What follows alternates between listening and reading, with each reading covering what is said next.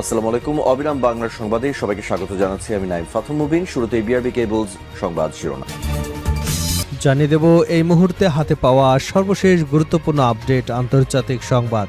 শুরুতেই থাকছে ইরান যুদ্ধে যুক্তরাষ্ট্রের দূরপাল্লার ক্ষেপণাস্ত্রের মজুদ প্রায় শেষ। ইরানের সঙ্গে 5 মাস ধরে চলা যুদ্ধে যুক্তরাষ্ট্রের সেনাবাহিনী তাদের অত্যন্ত নির্ভুল দূরপাল্লার ক্ষেপণাস্ত্রের বড় অংশ ব্যবহার করে ফেলেছে বলে দাবি করেছেন বিষয়টি সম্পর্কে অবগত 3টি সূত্র। তাদের মতে এতে ভবিষ্যতে সম্ভাব্য সংঘাত মোকাবেলায় মার্কিন সামরিক প্রস্তুতি নিয়ে উদ্বেগ তৈরি হয়েছে। এবারে জানাবো হামলার পর লোহিত সাগরে ডুবে গেল ভারতীয় জাহাজ। ইয়েমেনের পশ্চিম উপকূলের কাছে লোহিত সাগরে বিস্ফোরক বোঝায় একটি নৌকার হামলার পর একটি ভারতীয় জাহাজ ডুবে গেছে। তবে জাহাজে থাকা 14 জন নাবিককে জীবিত উদ্ধার করা হয়েছে। জানাবো দিল্লিতে শেখ হাসিনার গণমাধ্যমে ভাষণ নিয়ে যা বলছে ভারত। বাংলাদেশের ক্ষমতাচ্যুত সাবেক প্রধানমন্ত্রী শেখ হাসিনার গণমাধ্যমে ভার্চুয়াল অনুষ্ঠানে অংশগ্রহণের সঙ্গে ভারত সরকারের কোনো সম্পৃক্ততা নেই বলে জানিয়েছে নয়াদিল্লি। মঙ্গলবার দিল্লিতে নিয়মিত সাপ্তাহিক সংবাদ ব্রিফিংয়ে দেশটির পররাষ্ট্র মন্ত্রণালয়ের মুখপাত্র রণধীর জয়সওয়াল এ তথ্য নিশ্চিত করেছেন। এদিকে পালাচ্ছে ইসরায়েলিরা, বিদেশ গিয়ে আর ফিরছে না অনেকেই। সাম্প্রতিক বছরগুলোতে ইসরায়েলিদের মধ্যে দেশত্যাগের প্রবণতা বেড়েই চলেছে। একবার বিদেশ যেতে পারলে আর ফেরার নাম নিচ্ছে না অনেকেই। সম্প্রতি তেল আবিব বিশ্ববিদ্যালয়ের এক নতুন গবেষণায় উঠে এসেছে এমন চাঞ্চল্যকর তথ্য।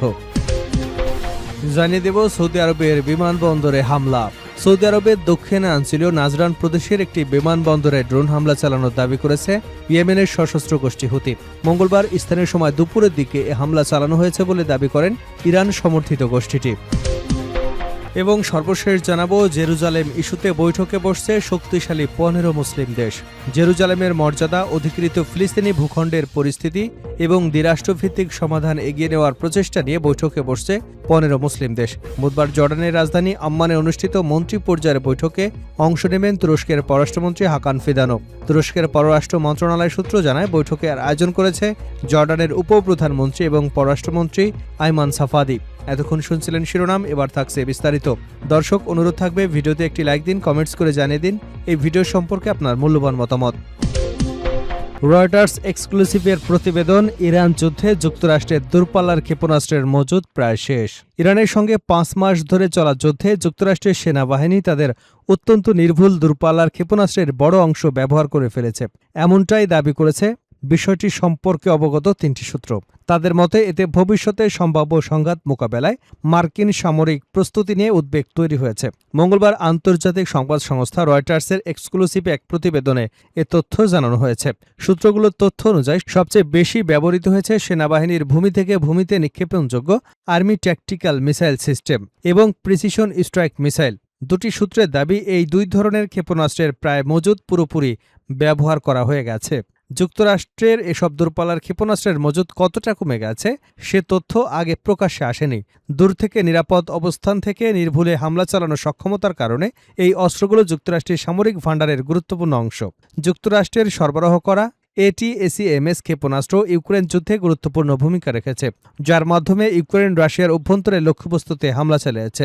অন্যদিকে PRSM নতুন প্রজন্মের আরও উন্নত ক্ষেপণাস্ত্র, যা ধীরে ধীরে ATACMS এর জায়গায় নিচ্ছে এবং এর পাল্লা আরও বেশি। বিশ্লেষকদের মতে প্রতিটি ক্ষেপণাস্ত্রের দাম 10 লাখ মার্কিন ডলারেরও বেশি এবং চীনের সঙ্গে সম্ভাব্য কোনো সংঘাতে এসব অস্ত্র গুরুত্বপূর্ণ ভূমিকা রাখতে পারে। তবে যুক্তরাষ্ট্রের হাতে বর্তমান কতটি ক্ষেপণাস্ত্র অবশিষ্ট আছে সে বিষয়ে কিছু জানানি এ সূত্রগুলো।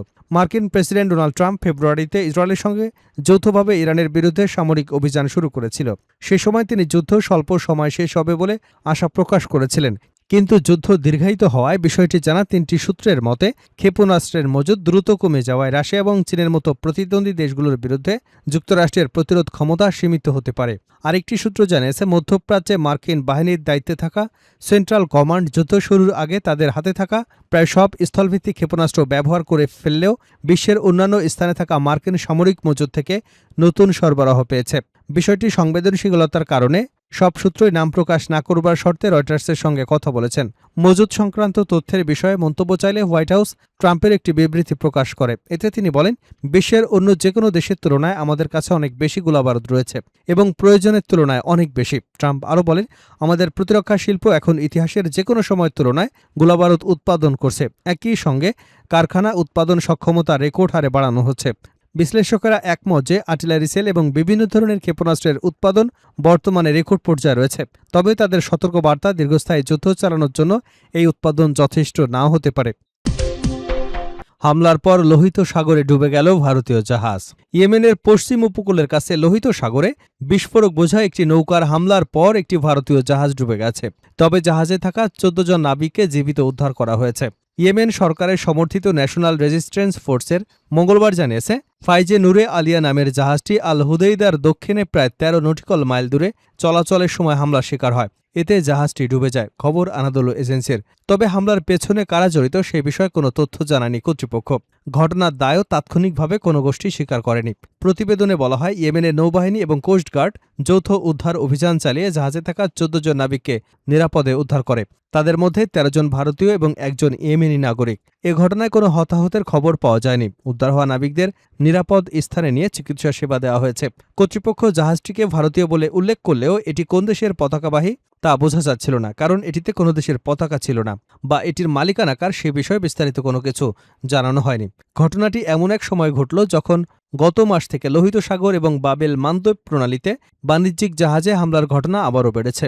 গত ২০ জুলাই হুতি গোষ্ঠী সৌদি আরবের বিরুদ্ধে তথাকথিত নৌ অবরোধ ঘোষণা করে। এর জবাবে সৌদি আরব তাদের জাহাজের নিরাপত্তার বিরুদ্ধে যে কোনো হুমকির কঠোর জবাব দেবার হুঁশিয়ারি দেয়।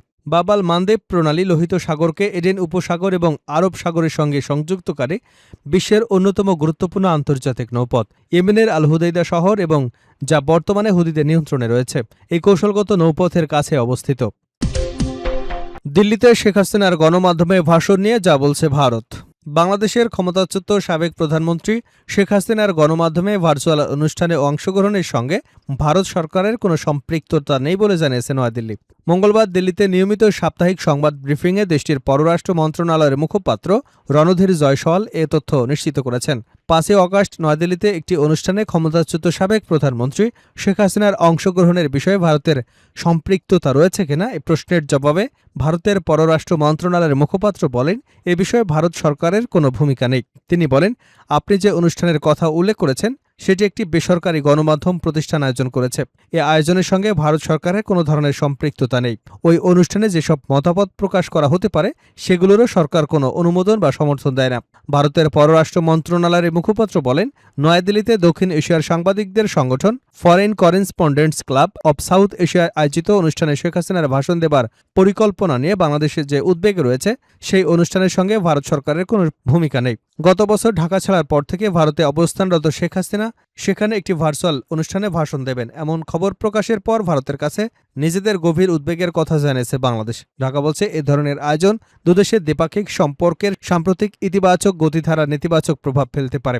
সোমবার প্রধানমন্ত্রী তারেক রহমান, পররাষ্ট্র বিষয়ক উপদেষ্টা হুমায়ুন কবিরের সঙ্গে ঢাকায় ভারতের নবনিযুক্ত হাইকমিশনার দীনেশ ত্রিবেত্রীর বৈঠকে এ বিষয় নিয়ে আলোচনা হয়েছে। পালাচ্ছে ইসরায়েলিরা, বিদেশ গিয়ে ফিরছে না অনেকেই। সম্প্রতি বছরগুলোতে ইসরায়েলিদের মধ্যে দেশত্যাগের প্রবণতা বেড়েই চলেছে। একবার বিদেশে যেতে পারলে আর দেশে ফেরার নাম নিচ্ছে না অনেকেই। সম্প্রতি তেল আবিব বিশ্ববিদ্যালয়ের এক নতুন গবেষণায় উঠে এসেছে এমন চাঞ্চল্যকর তথ্য। সেন্ট্রাল ব্যুরো অব স্ট্যাটিস্টিক্সের তথ্য বলছে, প্রতি বছর গড়ে প্রায় ৫০,০০০ ইসরায়েলি ১২ মাসেরও বেশি সময় ধরে ইসরায়েলের বাইরে থাকেন। প্রতি বছর গড়ে প্রায় ৫০,০০০ ইসরায়েলি ১২ মাসেরও বেশি সময় ধরে ইসরায়েলের বাইরে ছিলেন। ৩ বছর ধরেই দেখা যাচ্ছে ঠিক একই চিত্র। ২০২৩ এবং ২০২৪ সালে গড়ে প্রায় ৪৯,০০০ ইসরায়েলি ১ বছরেরও বেশি সময় বিদেশে থাকার প্রবণতা দেখা গেছে। ২০২৫ সালেও অব্যাহত ছিল এই ধারা। টাইমস অফ ইসরায়েলের প্রতিবেদনে দাবি করা হয়েছে, ইসরায়েলের দীর্ঘদিনের সামরিক সংঘাত এবং রাজনৈতিক উত্তেজনায় রেকর্ড হারে দেশত্যাগের প্রবণতা বেড়েছে ইসরায়েলিদের মধ্যে।